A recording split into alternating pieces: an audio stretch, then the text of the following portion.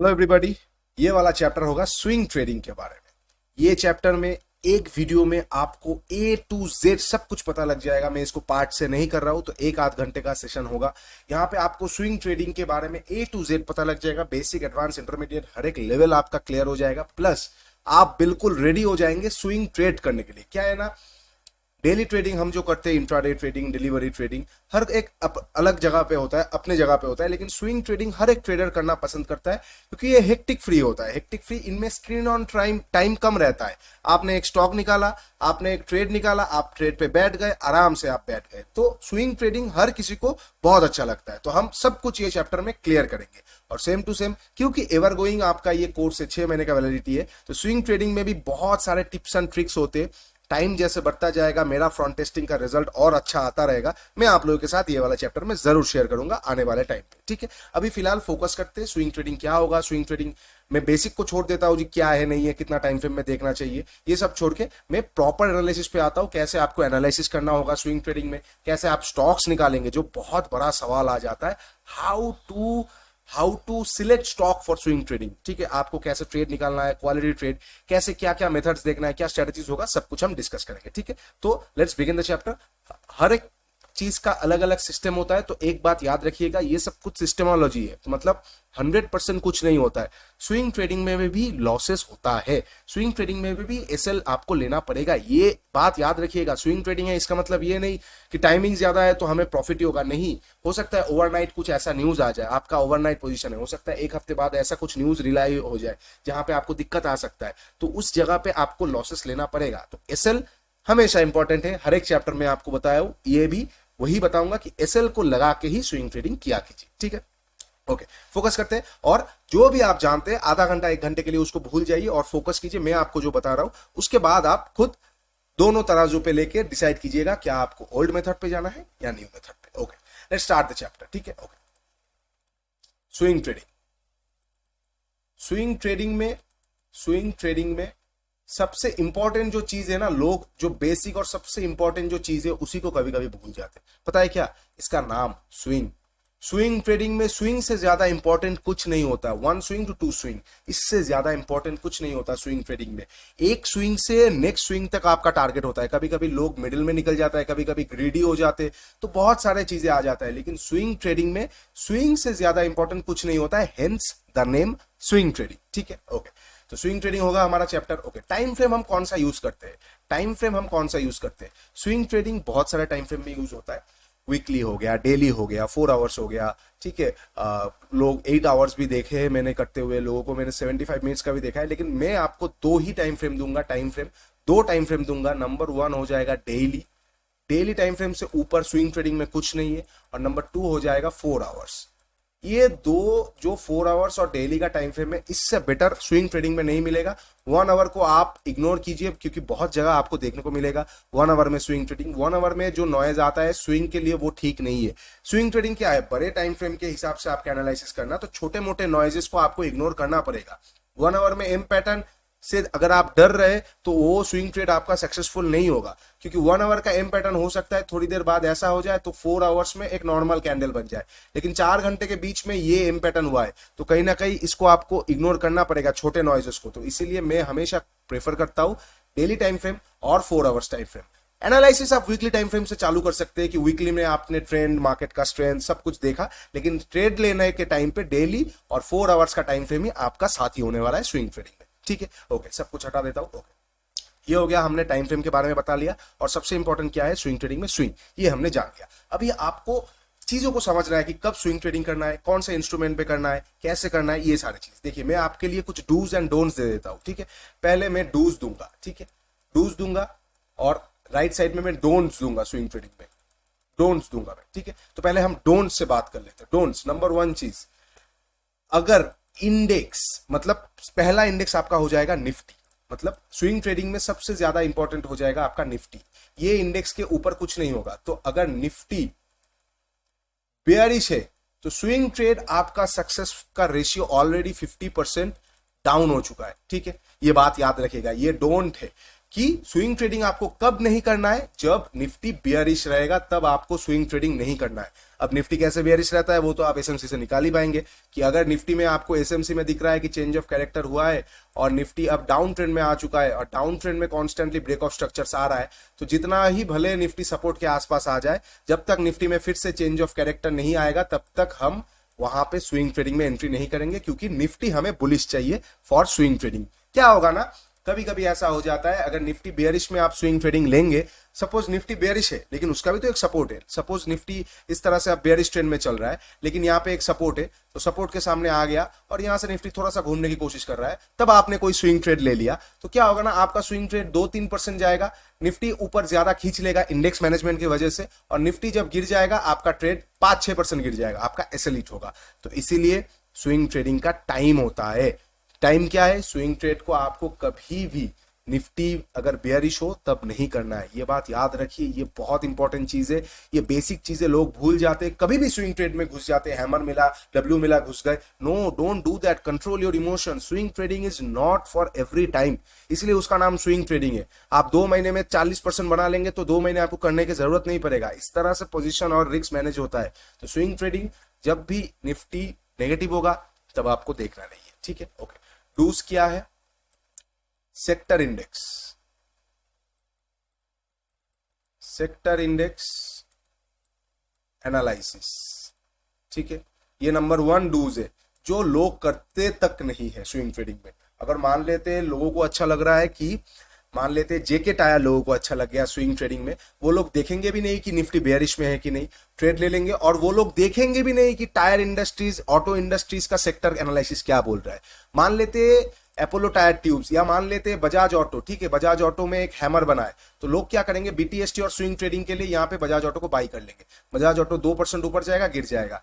Whereas आप अगर जाके उसका ऑटो सेक्टर देखेंगे तो ऑटो सेक्टर बेयरिश है, वहां पे स्विंग ट्रेड बिल्कुल भी एप्लीकेबल नहीं आता है, ठीक है। मतलब डूज क्या हो जाएगा, जो भी आपको स्टॉक पे ट्रेड करना हो, अगर आपको रिलायंस पे करना हो तो आपको ऑयल इंडस्ट्रीज देखना पड़ेगा, अगर आपको पेपर में करना है तो पेपर इंडस्ट्रीज देखिए, कॉटन में करना है तो कॉटन इंडस्ट्रीज देखिए, ठीक है, टेक्सटाइल में करना है तो टेक्सटाइल इंडस्ट्रीज देखिए, सीमेंट देखना है सीमेंट इंडस्ट्रीज देखिए, मेटल देखना है तो मेटल इंडस्ट्रीज देखिए, अगर आप टायर में कर रहे हैं, ट्यूब्स में कर रहे हैं, ऑटो में कर रहे हैं तो ऑटो इंडस्ट्रीज देखिए, फार्मा है फार्मा इंडस्ट्रीज, आईटी है आईटी इंडस्ट्रीज। इंडस्ट्रीज तो है हमारे पास, सेक्टर तो बहुत है, एफएमसीजी से लेके मेटल से लेके सेक्टर भरा पड़ा हुआ है। ये सेक्टर का इंडेक्स क्यों दिया हुआ है, आप मेरे को बताइए, सेक्टर का इंडेक्स क्यों देते हैं, सेक्टर का इंडेक्स पे एनालिसिस क्यों ना करें हम। अगर आपके पास एक चार्ट है उसको इस्तेमाल कीजिए। लोग ये भूल जाते हैं, पूरी तरीके से लोग भूल जाते हैं कि सेक्टर का एनालिसिस भी इंपॉर्टेंट होता है। मैंने आरए किया है तो मैं ये आपको बता सकता हूं सेक्टर एनालिसिस कितना इंपॉर्टेंट होता है स्विंग ट्रेडिंग के टाइम पे। तो डूज क्या हो जाएगा, सेक्टर का इंडेक्स एनालिसिस आपको करना ही पड़ेगा, ये डूज है।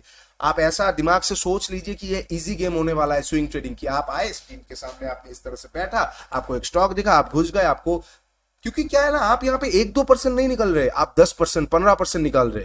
अब 15% लोगों का साल पे आता है, साल पे बैंक का एफडी रेट आता है 6%, 10% इंडस्ट्री स्टैंडर्ड रेट से ज्यादा है। मतलब ऐसा माना जाता है कोई भी एडवाइजर या फिर कोई भी व्यक्ति अगर साल में 10-12% से ज्यादा का रिटर्न जनरेट कर पा रहा है तो वो फिनेंशियली स्टेबल है और वो फिनेंशियली एडुकेटेड है। इतना पावर है उसके पास कि वो 10% तक मार्केट से निकाल सकता है। तो 10% का इतना वैल्यू है, तो आप वहां पे स्विंग ट्रेडिंग में 10-15-20% निकाल रहे, तो आप इतना सा एफर्ट देंगे कि आएंगे स्टॉक दिखेंगे ले लेंगे, तो होगा नहीं। Swing trading is a tough game.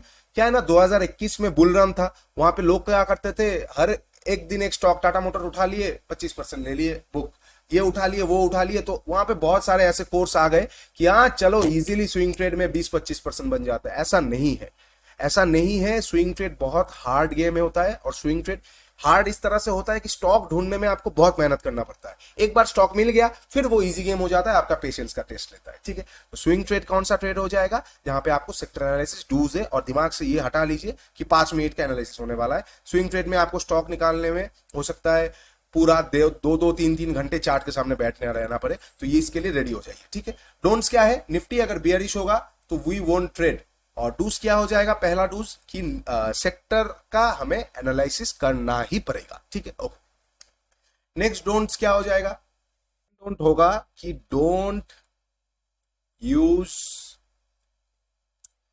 Illiquid counter, ठीक है। ये आपका सेकंड डोंट है, don't use illiquid counter. Liquid illiquid क्या है? जो स्टॉक इलिक्विड है उस पे आप स्विंग ट्रेडिंग करने मत जाइए, उसमें आपका फंसने का चांसेस बहुत हद तक हाई हो जाएगा अगर वो सर्किट मारने लगा। अब सर्किट हो गया तो बढ़िया है, आप निकल गए एक आध बार, लेकिन अगर लोअर सर्किट में आ गया तो आप निकल नहीं पाएंगे, ठीक है। डोंट यूज इलिक्विड काउंटर, ये चीज पे बहुत लोग गलती कर देते हैं। मान लेते एक न्यूज आ गया फलाना ढमकाना शेयर, ठीक है, ये एबीसी शेयर लिमिटेड, अब उसका लिक्विडिटी बहुत लो है, उसमें लोग काम नहीं कर रहे, लेकिन आपको टेक्निकल पैटर्न दिख रहा है, टेक्निकल पैटर्न दिख रहा है ये वाला, टेक्निकल पैटर्न आपको दिख रहा है ये वाला, यहाँ पे है, और एक ब्रेकआउट हुआ, रिटेस्ट हुआ, ऐसे जा रहा है और ऐसे ब्रेकआउट हो रहा है। मतलब क्या हो रहा है, यहाँ पे एक ब्रेकआउट हुआ है, रिटेस्ट हुआ है, ऐसे जा रहा है, ऐसे भी यहाँ पे ब्रेकआउट हो रहा है, तो कहीं ना कहीं आप यहाँ पे एंट्री करेंगे, यहाँ का एसएल आपका टारगेट यहाँ तक का, ये स्विंग ट्रेड होगा। और ये एक एबीसी काउंटर है जो कि इलिक्विड है, लेकिन आप ये नहीं समझ पा रहे क्योंकि वो इलिक्विड है, ये पैटर्न बनाना एक मैनिपुलेशन जैसा हो जाएगा, एक ऑपरेटर के लिए बाएं हाथ का खेल होगा क्योंकि इलिक्विड है काउंटर। तो ये पैटर्न बनाया गया हुआ है, इतना इलिक्विड है, आप यहाँ पे जैसे हेवी क्वांटिटी एंट्री करेंगे मार्केट हो सकता है यहाँ से रिवर्स आ जाए, फिर नया पैटर्न बना दे। तो इलिक्विड काउंटर मैनिपुलेटिव होता है, इलिक्विड काउंटर में do not enter unless and until आप बहुत प्रो प्लेयर हो जाएंगे, ठीक है। तो never, don't use illiquid counters, ठीक है, ओके। नंबर 2 डूज क्या हो जाएगा? डू चेक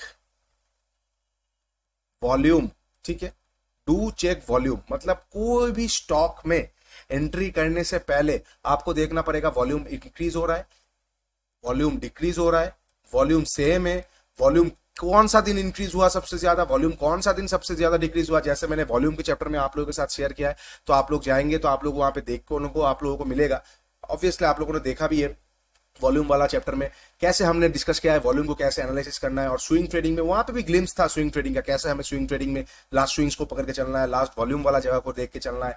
तो ये सारी चीज वॉल्यूम को आपको चेक करके चलना पड़ेगा स्विंग ट्रेडिंग में, वॉल्यूम का पार्टिसिपेशन कैसा आ रहा है मार्केट पे, ठीक है। ये नंबर 2 हमारा डूज हो जाएगा, ओके। नंबर 3 डोंट्स क्या हो जाएगा? नेवर, बहुत इंपॉर्टेंट है, सुन लीजिए, नेवर एवर प्ले, मैं प्ले बोल रहा हूं, आप ट्रेड बोल सकते हैं, ठीक है। नेवर एवर ट्रेड में बोल देता हूं, इसको मैं इस तरफ कर देता हूं, ठीक है, 3 नंबर को इस तरफ कर देता हूं। नेवर ट्रेड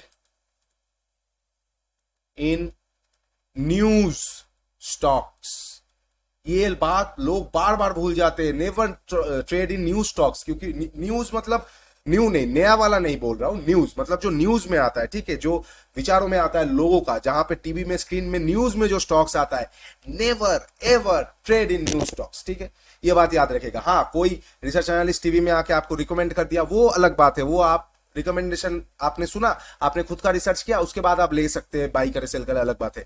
लेकिन कोई स्टॉक का न्यूज आने वाला है, मान लीजिए रिसर्च रिपोर्ट आने वाला है, मान लीजिए अर्निंग आने वाला है, मान लीजिए कुछ और आने वाला है जो कि अनश्योर है, बहुत बहुत ज्यादा वॉलेटाइल हो जाएगा, तो न्यूज बेसिस स्टॉक्स पे कभी भी स्विंग ट्रेड करने मत जाइए। ओवरनाइट ऐसा न्यूज आएगा, जिंदगी खराब हो जाएगा मेरे दोस्त, आप निकल नहीं पाएंगे। मेरे साथ हुआ है, इसलिए मैं आपको बोल रहा हूं। डिक्सन टेक्नोलॉजीज हो गया, एसबीआई लाइफ इंश्योरेंस हो गया, इस तरह का स्टॉक्स पे जब न्यूज के पहले मैंने अपने क्लाइंट्स का ट्रेड सौदा दिया था, जोर जबरदस्ती बहुत बार समझाने के बाद भी स्टॉक्स एक एक दिन में 12-14% गिरा था, काट नहीं पाए अपना सौदा और 3 महीने तक पोजीशन को होल्ड कर बैठे और बहुत ज्यादा घाटा में, नुकसान में उसको सेल करना पड़ा। तो इसीलिए कभी भी न्यूज वाले स्टॉक पे ट्रेड नहीं करना है, ये बात जरूर याद रखिएगा, ठीक है, ओके। नंबर 3 डूज क्या हो जाएगा? डू डाइवर्सिफाई, छोटा बट बहुत पावरफुल टूल है ये, डू डाइवर्सिफाई।